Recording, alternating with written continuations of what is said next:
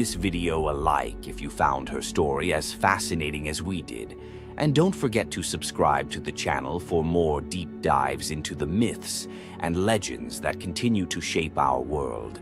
Until next time, keep questioning, keep exploring, and keep looking beyond the surface. Centaurs, half man, half horse, heroes or savages?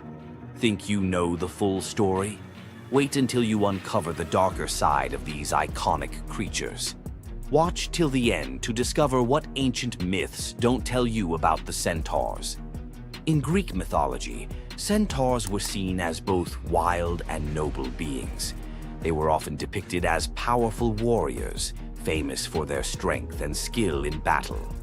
But what if the truth behind them was far more sinister than anyone imagined?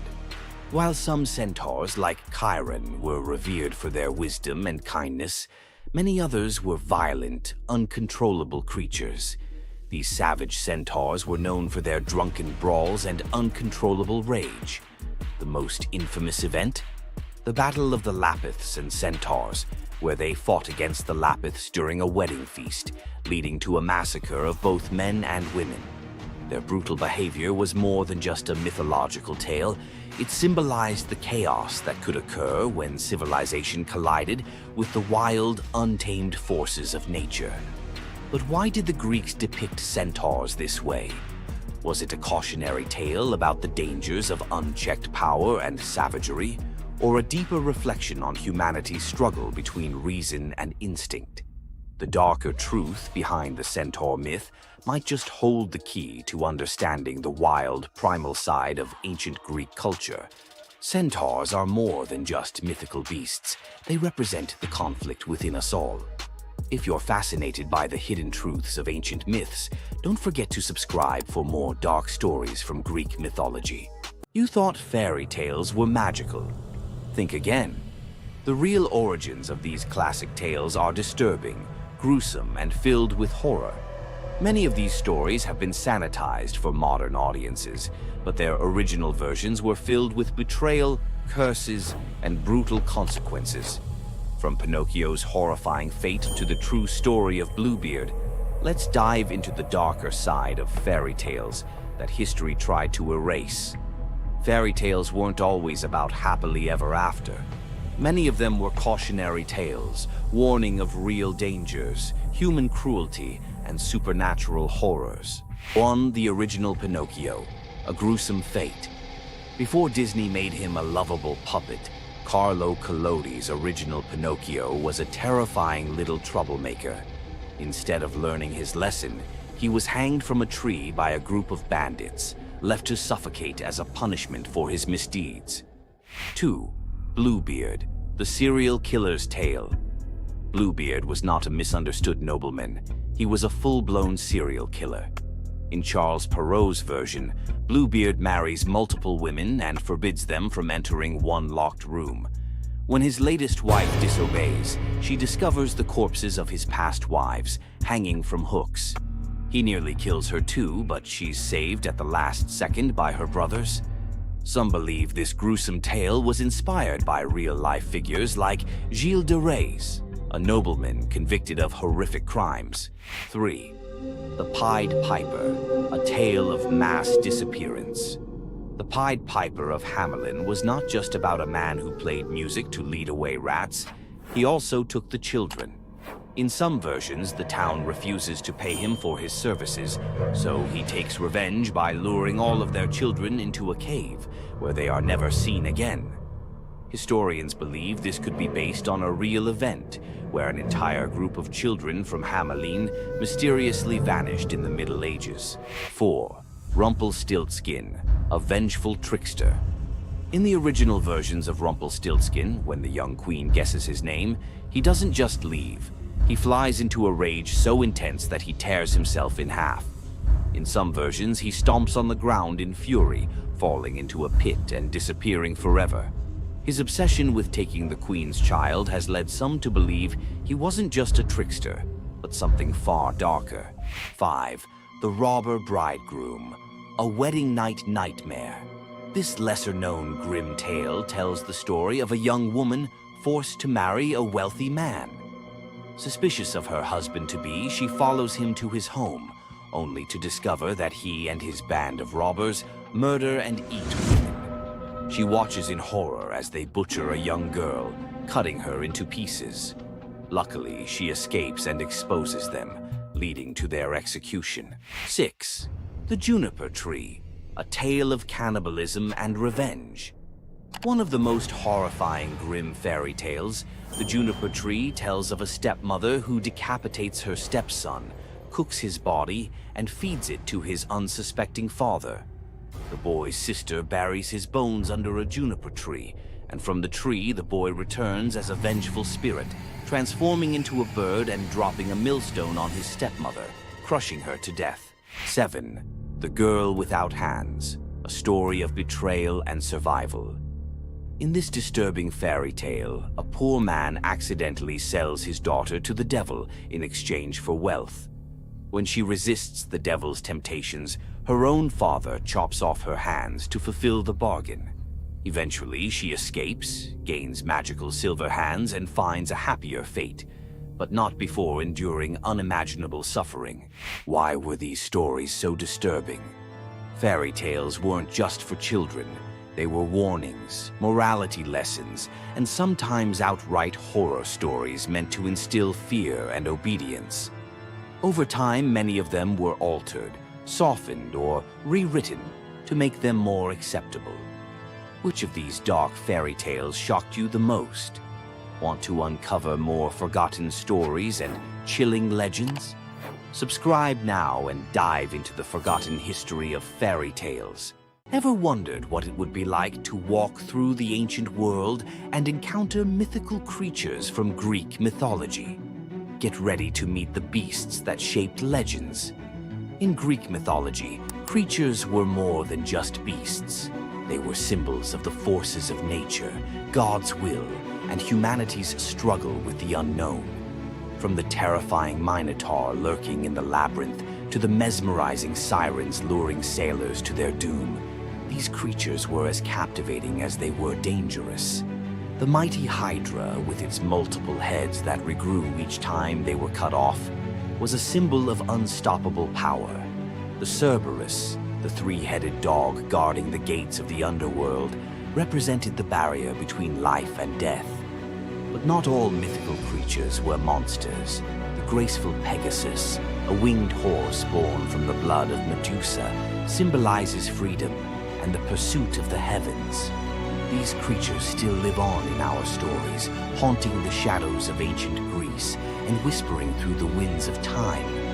Which Greek mythological creature fascinates you the most? Share your thoughts and don't forget to subscribe for more legendary tales from Greek mythology.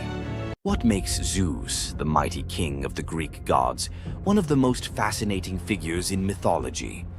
Is it his unparalleled power over the skies, his cunning strategies, or the sheer drama of his endless affairs? While his tales are legendary, there's one story that stands out: the epic battle that earned Zeus his throne, the Titanomachy. This isn't just a story of a god's rise to power, it's a tale of rebellion, alliances, betrayal, and the ultimate struggle between two generations of divine beings. Stay with us as we dive into the myth of the Titanomachy, Zeus's role in overthrowing the Titans, and the secrets that shaped his reign. Before Zeus became the king of the gods, his father, Cronus, ruled the cosmos. Cronus was the youngest of the Titans, a race of primordial deities born of Uranus, the sky, and Gaia, the earth. The Titans were immensely powerful, but also deeply flawed. Cronus had gained power by overthrowing his own father, Uranus, in a brutal act of betrayal. But just as Cronus had betrayed his father, a prophecy loomed over him, warning that one of his own children would overthrow him. To prevent this, Cronus took a horrifying precaution. He swallowed each of his children as they were born, imprisoning them in his stomach for eternity. But Gaia, the ever-watchful mother of the gods, wasn't about to let this happen again. When Rhea, Cronus's wife, gave birth to Zeus, Gaia devised a plan. Rhea tricked Cronus by handing him a stone wrapped in swaddling clothes, which he swallowed, believing it was his newborn son. Meanwhile, Zeus was spirited away to a hidden cave on the island of Crete, where he was raised in secret. Zeus grew up under the care of nymphs and a goat named Amalthea, who nourished him with her milk. As he matured, Zeus learned of his father's tyranny and vowed to free his siblings and challenge Cronus's rule. Zeus couldn't take on Cronus and the Titans alone. He needed allies. His first move was to rescue his siblings trapped inside Cronus. With the help of the goddess Metis, Zeus tricked Cronus into drinking a potion that caused him to vomit up his children, Hestia, Demeter, Hera, Hades, and Poseidon, fully grown and ready for battle. Now united, the 6 Olympian siblings declared war on Cronus and the Titans. But the Titans were powerful, and the war, known as the Titanomachy, would rage for 10 years with no clear victor. Realizing they needed an advantage, Zeus turned to the most unlikely of allies, the Hecatonchires and the Cyclopes. These were monstrous children of Gaia and Uranus, imprisoned in Tartarus by Cronus out of fear of their immense power. The Hecatonchires had 100 hands and unparalleled strength, while the Cyclopes were master craftsmen. Zeus descended into Tartarus, defeated its terrifying guardians, and freed these imprisoned beings. In gratitude, the Cyclopes forged weapons for Zeus and his brothers. Zeus received the thunderbolt, Poseidon the trident, and Hades a helmet of invisibility. With these tools and the raw power of the Hecatonchires, the Olympians finally had the upper hand. The final clash of the Titanomachy was a cosmic spectacle. The Titans, led by Cronus, unleashed their full fury, shaking the very foundations of the universe. Mountains crumbled, seas boiled, and the skies erupted in chaos. But Zeus and his allies were relentless. Zeus hurled his thunderbolts with unerring precision, scorching the battlefield and scattering the Titans' ranks. Poseidon unleashed massive earthquakes, and Hades used his helmet of invisibility to sow confusion among their enemies. The Hecatonchires proved invaluable, hurling massive boulders with their 100 hands, overwhelming the Titans. One by one, the Titans fell, their immense power no match for the combined might of the Olympians and their allies. Cronus was the last to fall. Zeus struck him down with a thunderbolt so powerful that it split the skies. With Cronus's defeat, the Titanomachy was over. With the Titans defeated, Zeus and his siblings faced a choice: what to do with their vanquished foes. In a move both strategic and ruthless, Zeus imprisoned the Titans in Tartarus, deep within the underworld, where they would remain for eternity under the watchful eye of the Hecatonchires. Zeus then divided the cosmos with his brothers. He claimed the skies as his domain, Poseidon took the seas, and Hades ruled the underworld. Together, they established the rule of the Olympians, with Zeus as their undisputed king. But the Titanomachy left scars. Gaia, enraged by the imprisonment of her Titan children, gave birth to new monstrous beings to challenge Zeus's reign. Among them was Typhon, a creature so fearsome that even the gods trembled before him. Typhon's battle with Zeus is another story for another day, but it serves as a reminder that power in the ancient world was never secure. Zeus's rise to power marked the beginning of a new era, but his reign was anything but peaceful. While he was the king of the gods, his rule was marked by constant challenges, from rebellious mortals to jealous deities and his own unquenchable desire for love and control. Zeus was both a protector and a tyrant, a figure who inspired awe and fear. His thunderbolts were a symbol of justice, but they were also a tool of destruction. He fathered countless children, both mortal and divine, and his many affairs often sparked conflict among the gods. Yet, despite his flaws, Zeus's rule brought stability to a chaotic world. Under his reign, the gods established order, overseeing the realms of humans and maintaining the delicate balance between earth, sea, and sky. The myth of Zeus and the Titanomachy isn't just a tale of war. It's a story about the cycles of power and rebellion.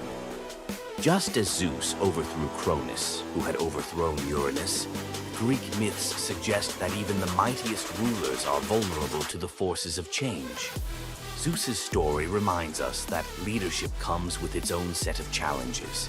It's not just about gaining power, it's about maintaining it, often at great cost. Zeus's rise to power is one of the most thrilling tales in mythology, filled with battles, alliances, and sacrifices. But what do you think? Was Zeus a just ruler? Or was he simply another tyrant destined to fall like the Titans before him? Let us know your thoughts in the comments below. Don't forget to like this video if you enjoyed this dive into Greek mythology, share it with fellow myth lovers, and subscribe to our channel for more epic tales from the ancient world. Until next time, remember, the gods may rule from above, but their stories remind us of the struggles we all face below. Loki's punishment was brutal. Bound deep within a cavern, his body lashed to 3 jagged rocks with the entrails of his own son. Above him, a serpent hung poised, venom dripping relentlessly onto his exposed skin.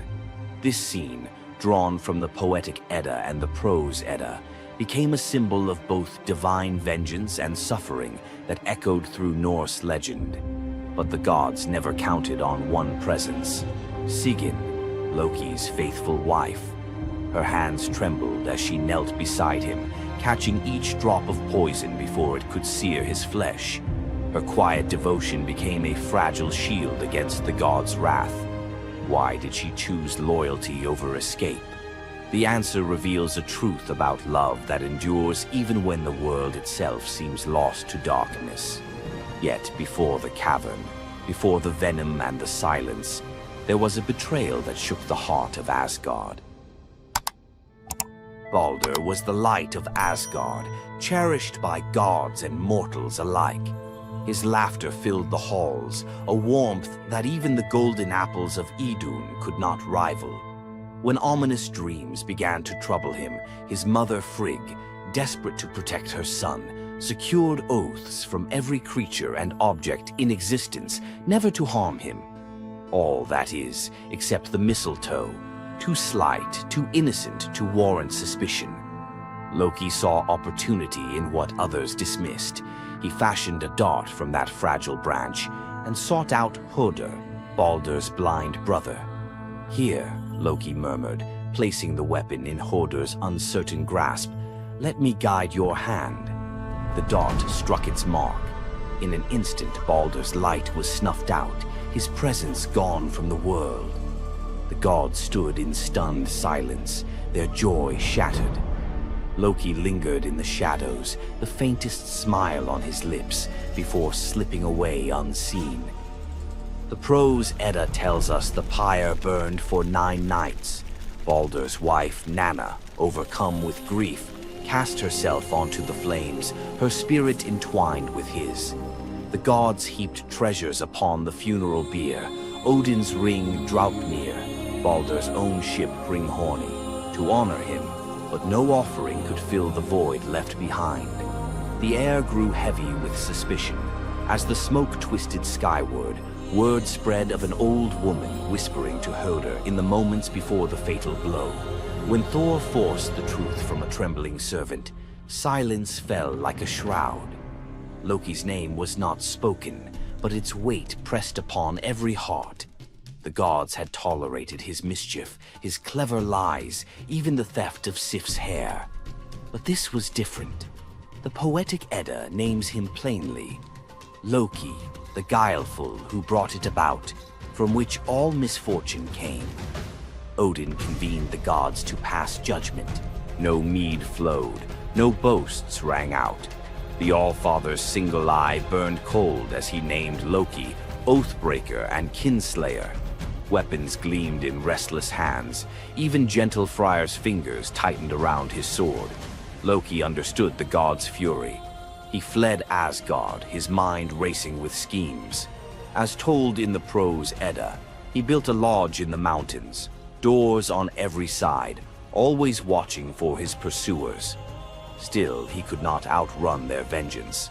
Odin's gaze found him, even in hiding.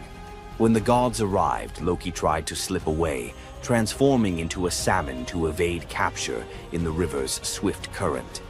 But Thor's grip proved stronger than fate. Dragged back through the gates he once helped raise, Loki passed faces twisted with anger and betrayal. The god's judgment was swift. The path ahead led not to mercy, but to a place where pain and silence waited in the damp and the dark.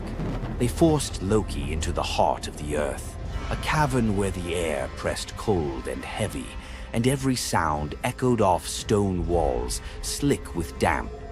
Water dripped steadily from above, each drop magnifying the hush that settled over the gods as they set to their grim task. The stench of venom lingered, sharp and persistent, mingling with the iron tang of old blood. Odin's single eye caught the flicker of Skadi's movement. A silent nod passed between them, sealing what would come next. 3 massive boulders, freshly gouged with holes, stood ready. The gods had not brought chains or rope. Instead, they made Loki's punishment a reflection of his own chaos. The prose. Edda tells us they transformed one son, Vali, into a wolf who slew his brother, Nari. With the entrails of Nari turned to iron by the god's will, they bound Loki fast, wrists, neck, thighs, and ankles locked tight against the unyielding stone. As the Völuspá declares, with the guts of his ice-cold son, the killer is bound. Each knot and twist was deliberate, a reminder that his own blood now held him captive. The weight of the rocks pressed into his flesh, a constant ache that would never fade. Skadi stepped forward, her presence sharp as frost. In her hands, a serpent writhed, its fangs gleaming. She fixed the creature to a stalactite directly above Loki's face. "For Balder," she said, her voice steady and cold. The serpent's jaws parted, and a bead of venom gathered at its tip. It hung for a moment, then fell. Loki's scream reverberated through the cavern, his body arching in agony as the venom burned into his skin. The pain was relentless, searing into bone, and the world above felt its echoes, earthquakes shaking Midgard, rivers shifting, the roots of Yggdrasil quivering. The gods watched in silence, their faces unreadable. Justice, they believed, had been served. As the serpent's venom continued its slow assault, the rhythm of torment became all-consuming. The next drop formed, poised to fall. Then a figure emerged at the edge of the chamber, a woman, silent, a wooden bowl cradled in her hands. Sigin's arms were blistered, her sleeves stained, but her grip was unwavering as she stepped into the circle of pain. The cavern held its breath. Sigyn knelt, her presence a quiet defiance. The venom hissed into the bowl, wood darkening with each drop. The gods turned away, their judgment complete, but the story within the cavern was only beginning. The bowl rested in Sigyn's hands, its wooden sides polished by hours of silent endurance. She knelt on the cold stone, skirts bunched beneath her, and waited for the serpent's venom to fall. The first drop struck with a hiss, a thin wisp of smoke curling up as Loki's breath caught in his throat. She kept her gaze fixed on the bowl, her resolve anchored by the rhythm of her task. Time unraveled in the cavern, marked only by the relentless cadence of the venom. Drip, catch. The liquid sizzled as it struck the wood, the heat seeping through Sigyn's calloused palms. Each shift of her grip was subtle, a quiet adjustment to keep the bowl steady as her arms ached. Above, the serpent's shadow twisted over the stone, its coils unmoving, its venom gathering in slow, deliberate drops. Loki whimpered, bracing for pain that had become his constant companion. The The sound of his dread was sharper than his cries. The air hung heavy with the stench of scorched flesh and the metallic sting of poison. The darkness pressed in, broken only by the faint glimmer of Sigin's tears as they mixed with venom in the bowl, each drop a testament to her resolve. The silence between drops was punctuated by Loki's ragged breaths and the distant echo of water dripping from the cavern walls. Sigin's world narrowed to the weight in her arms and the threat above. The bowl filled, the venom rising perilously close to the rim. Sigin's muscles trembled, but she did not let her grip falter. When at last the bowl brimmed, she had no choice but to turn away. In that brief moment, as she emptied the venom onto the rocks, Loki's body convulsed, his scream raw and unrestrained. The poison ate into the stone, leaving blackened scars as Sigyn hurried to wipe the bowl clean and return to her vigil. For time beyond reckoning, Sigyn remained. The myth offers no window into her thoughts, only the image of her kneeling, unwavering as Loki's mind splintered under the weight of his agony. Was she remembering laughter in sunlit halls, or simply unable to imagine leaving him alone in the dark? The venom's rhythm never changed. The bowl would fill. Loki would suffer. Sigyn would endure. In the hush that followed each scream, a question lingered, one that neither gods nor mortals could answer. Love in the dark was never simple.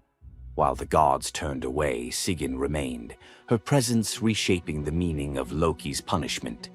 His betrayals had echoed through Asgard, yet her loyalty was a force the gods never expected. The Eddas offer no window into Sigyn's thoughts, recording only her actions. Blistered hands, a steady bowl, venom caught before it could sear flesh.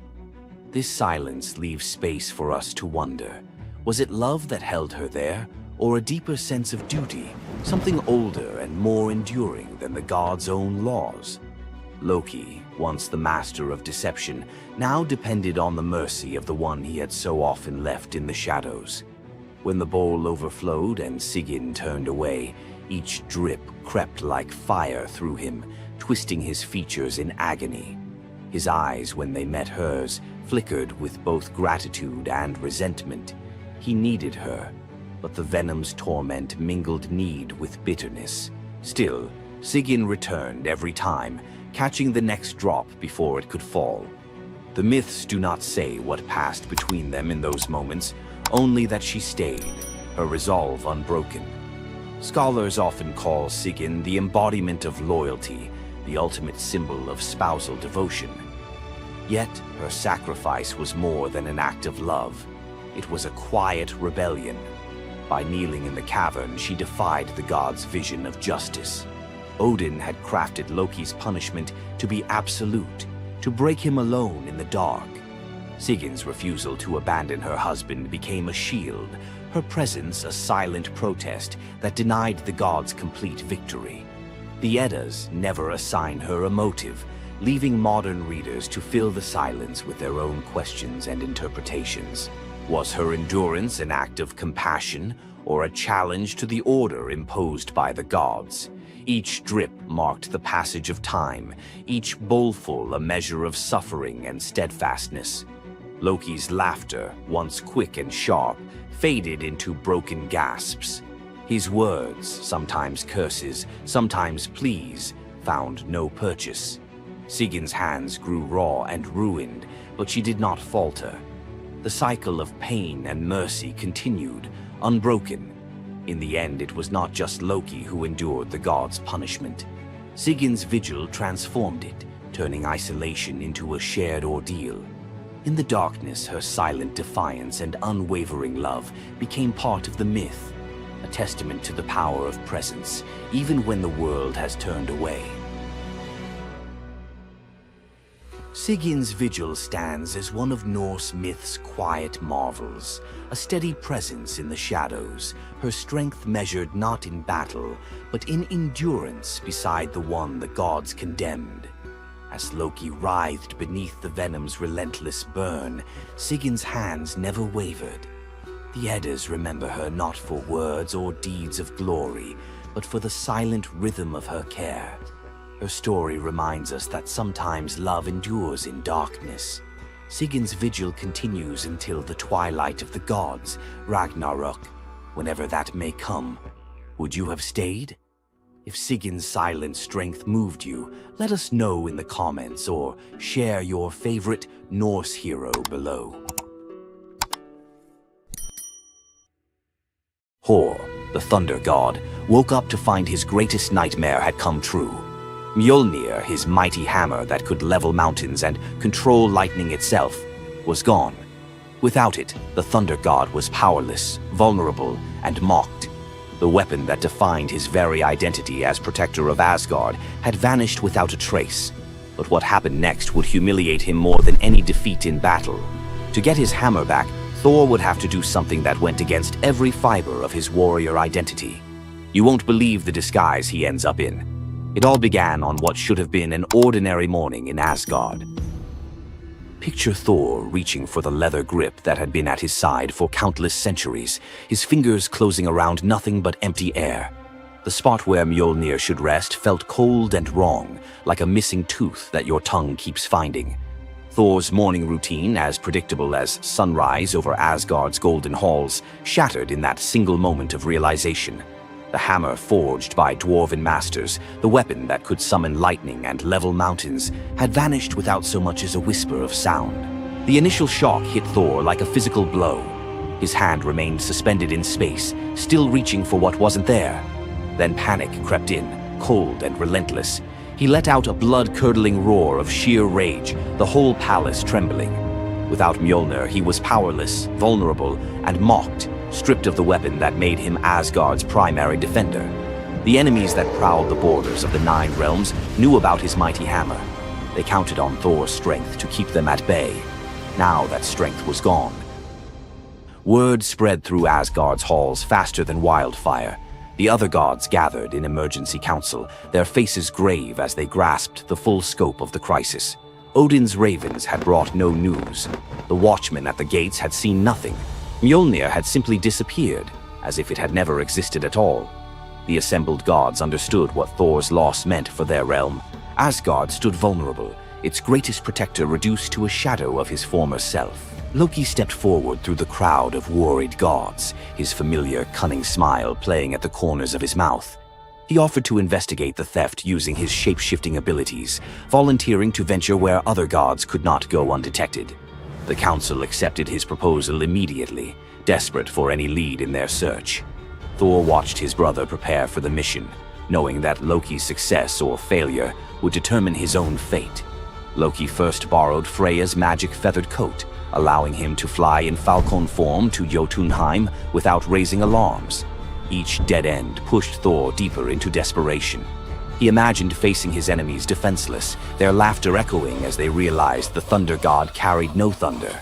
The trail finally led to the most dangerous territory of all, Jotunheim, the realm of the giants. Loki strode into the council chamber with the confident gait of someone who had solved a mystery, but his expression carried an ominous weight. The giant Thrym, lord of the frost giants, had openly boasted about his theft from his massive throne of ice and stone. He had buried Mjolnir 8 leagues beneath the frozen earth of his realm, thrice deeper than any giant's hall, he claimed, placing it where even Thor's strength would be useless. Thrym had what he thought was a simple demand for the Norse gods. He wanted the beautiful goddess Freya as his bride in exchange for the hammer's return. The giant had fixated on her legendary beauty and grace, convinced that possessing both Mjolnir and the goddess of love would make him the most powerful being in all the 9 realms. His arrogance knew no bounds as he described his elaborate wedding plans to Loki, speaking of golden halls and feasts that would last for weeks. Thrym believed the gods had no choice but to accept his terms. When Loki spoke to the council about Thrym's demand, the council fell silent. Freya's reaction shattered the tense quiet that followed Loki's report, causing her rage to break the Brysinger necklace, its gems scattering across the floor in glittering fragments. She declared she would rather throw herself into the deepest ocean than marry the frost giant who dared make such a demand. The gods found themselves trapped in an impossible situation. They could sacrifice one of their most beloved goddesses to a giant's lust, or they could leave Thor permanently weakened and Asgard vulnerable to every enemy that prowled the borders. The council erupted in frantic debate. Some suggested launching a full assault on Jotunheim, but Thrym's fortress was impregnable and his army vast. Others proposed trickery or negotiation, but every path led to either devastating war or humiliating surrender. Heimdall, the far-seeing guardian who watched over the Rainbow Bridge, had remained silent throughout the heated discussions. When he finally spoke, his words stopped every conversation in the hall. His suggestion was so outrageous, so completely unthinkable, that even Loki's jaw dropped open in shock. The gods stared at Heimdall as if he had lost his mind, but they were out of other options. What he proposed, however, would challenge everything Thor stood for as a warrior. Heimdall's words hung in the air like a challenge to the very foundations of Norse honor. The far-seeing god had suggested that Thor disguise himself as a bride and infiltrate Thrym's wedding feast to recover Mjolnir. He spoke with calm authority, tie housewife's keys about his waist, and pin bridal jewels upon his breast. The idea was so fundamentally opposed to Norse concepts of masculine honor that Thor's initial response shook the very walls of Asgard. He declared the plan preposterous and swore he would never hear the end of it if word spread that the Thunder God had dressed as a woman. The assembled gods watched in tense silence as their mightiest protector wrestled with a challenge that could not be solved through brute force or lightning strikes. They had already considered launching a full assault on Jotunheim, but Thrym's fortress was impregnable and his army vast. No other choice remained. Thor paced the hall like a caged wolf, his massive fists clenched as he grappled with the impossible choice between his warrior's pride and his duty to protect Asgard. Every instinct in his body rebelled against the idea of abandoning his identity as a fearsome warrior to play the role of a delicate bride. Loki stepped forward with barely contained excitement, volunteering to accompany Thor as his maidservant. The trickster god's eagerness to participate in this elaborate deception revealed his true nature. While Thor struggled with the concept, Loki was already plotting the specifics of costumes, mannerisms, and the lies they would need to maintain throughout their dangerous mission. The transformation began with layers of bridal linen draped over Thor's massive frame. Servants brought forth delicate jewelry, housewife's keys that symbolized domestic authority, and a dainty hood for his head. Finally came the precious necklace of Brisingar. Each item added to the disguise felt like another blow to Thor's warrior identity. When he finally looked at his reflection, the god of thunder saw an unconvincing bride staring back at him. Thor finally accepted the plan because no alternative existed. The unlikely pair prepared to set off for enemy territory, where their deception would face its ultimate test among giants, eager to celebrate their lord's triumph. The great hall of Thrym's fortress buzzed with excitement as giants gathered to witness their lord's marriage to the most beautiful goddess in all the 9 realms. Thor sat at the high table in his bridal disguise, surrounded by massive frost giants who raised their drinking horns in celebration. The feast spread before them displayed the giants' wealth and power. Roasted oxen filled enormous platters, fresh salmon gleamed on silver dishes, and barrels of mead stood ready to fuel the night's festivities. Thor's legendary appetite struck like a thunderbolt.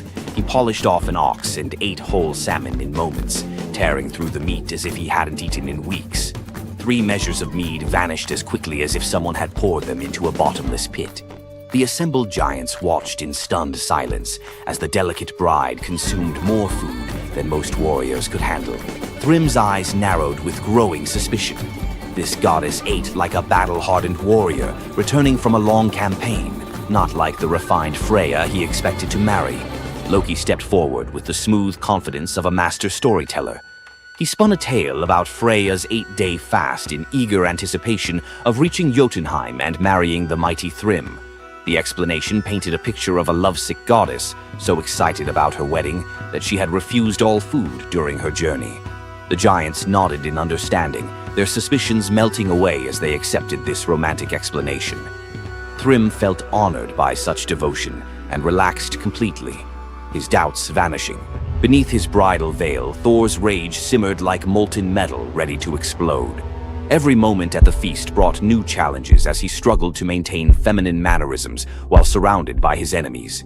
His massive hands shook with barely controlled fury as he watched the giants celebrate what they believed was their victory over Asgard. The critical moment finally arrived.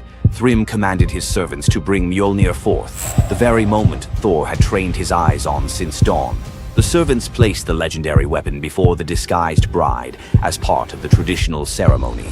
Thor's fingers closed around Mjolnir's familiar handle, and lightning immediately crackled through the hall. He ripped away his bridal veil and roared his true identity to the shocked giants. Thrym's eyes widened in terror as he realized the bride he had been celebrating was actually the god of thunder himself. Thor swung Mjolnir, killing Thrym instantly after crushing his skull with Mjolnir, then turned on the assembled giants, and even the pleading giantess met Mjolnir's crack before the hall fell silent. The theft that had begun with arrogance ended in complete destruction. This tale reveals how even the mightiest heroes must sometimes sacrifice their pride to protect what matters most. Back in Asgard, the Aesir never spoke of the bearded bride again, though a few still hide a smirk when Thor raises Mjolnir. And we end this story with a very valuable lesson. Never steal Thor's hammer. And if you're going to, don't make him dress like a woman.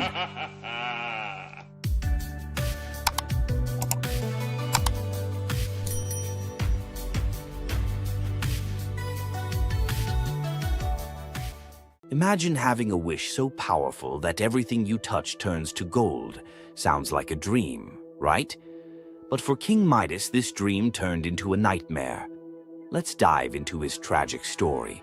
Once upon a time, King Midas ruled over a prosperous kingdom known for his wealth and opulence.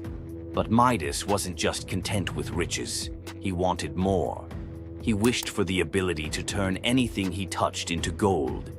One day, the god Dionysus appeared before him and, impressed by Midas's devotion, granted him the wish. At first, Midas was overjoyed. Everything he touched, his food, his treasures, his furniture, transformed into gold. His wealth grew beyond imagination, and his joy knew no bounds. But soon, Midas realized the curse of his wish. He touched a rose, gold. He touched his food, gold. Desperate for a meal, he tried to drink water, gold. In horror, Midas realized that even his daughter, whom he loved dearly, turned into a lifeless golden statue when he touched her. Furious with the consequences of his greed, Midas begged Dionysus for mercy. The god, seeing the king's suffering, told him to wash in the river Pactolus. And in that moment, Midas's golden touch was taken away. The river's waters, now imbued with Midas's curse, carried gold downstream, forever tainting the land. King Midas's story is a reminder that greed often blinds us to the consequences of our desires. His once prized gift became his greatest curse, teaching us that not all treasures are worth the price. If King Midas's tale of power and greed left you thinking, make sure to subscribe for more epic Greek myths and their timeless lessons. Stay tuned for more stories of fate, love, and the god's wrath. You've heard of a goddess whose beauty was unmatched. But what if I told you that her beauty wasn't what it seemed?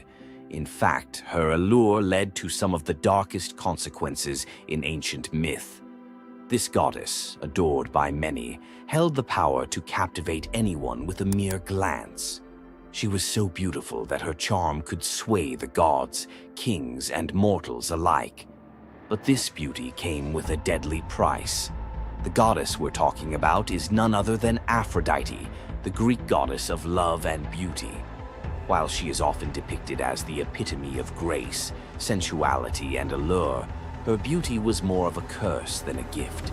Aphrodite's powers extended beyond just physical beauty. Her charm was irresistible, but it came at a cost. Her very presence could bring turmoil. Many heroes and kings fell victim to their obsession with her. Take Paris, for instance.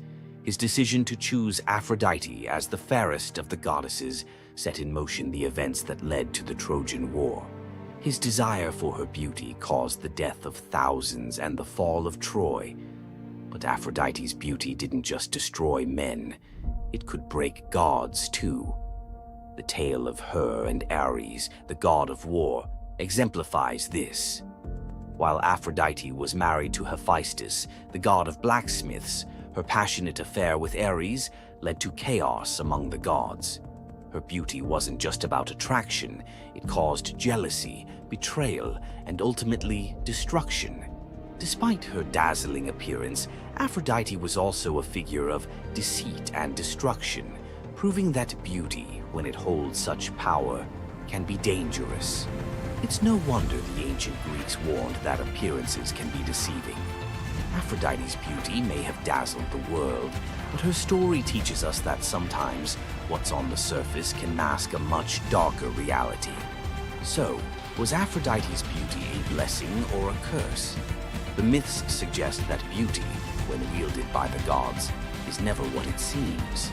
If you want to uncover more hidden truths about gods and goddesses from the ancient world, hit that subscribe button. There's so much more to explore in these captivating stories of the past.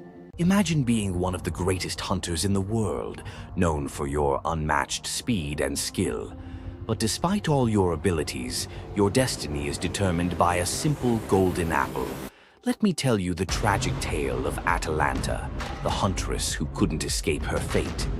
Atalanta was abandoned at birth by her father, Zeus, who didn't want a daughter. Left to die in the wilderness, she was raised by a she-bear, learning to hunt and survive. As she grew, Atalanta became a legendary warrior, her skills in hunting unmatched. But no matter how great she became, she could never escape one thing, her prophecy. A prophecy foretold that Atalanta would only marry a man who could outrun her in a race. As the years went by, many suitors came, eager to win her hand. But Atalanta, fiercely independent, defeated them all. Her speed was unbeatable, and no man could match her skill. Then came Medea, a brave hero who had heard of Atalanta's strength and beauty. Unlike the others, he didn't boast about his abilities. Instead, he came prepared with a plan. Medea, knowing Atalanta's curse, asked the goddess Aphrodite for help. She granted him 3 golden apples, which he used to distract Atalanta during their race. As Atalanta raced ahead, confident of her victory, Medea tossed the apples one by one in her path. The golden apples were so beautiful, they distracted Atalanta just enough to slow her down.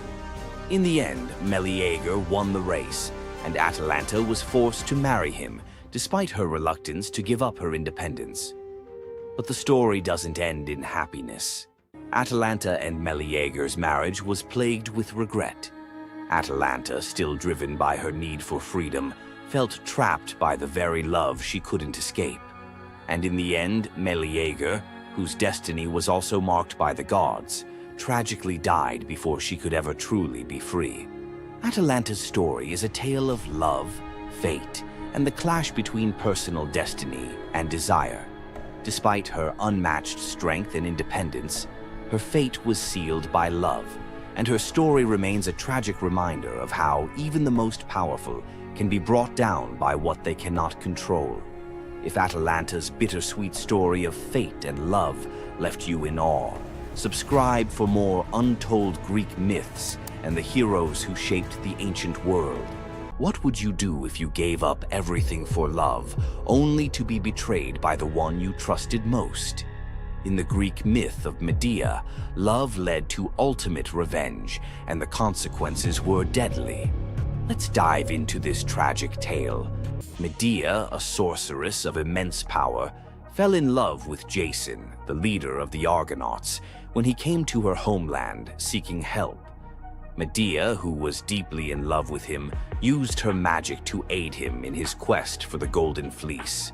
She betrayed her own family, murdered her brother, and helped Jason achieve his goal, all out of love for him.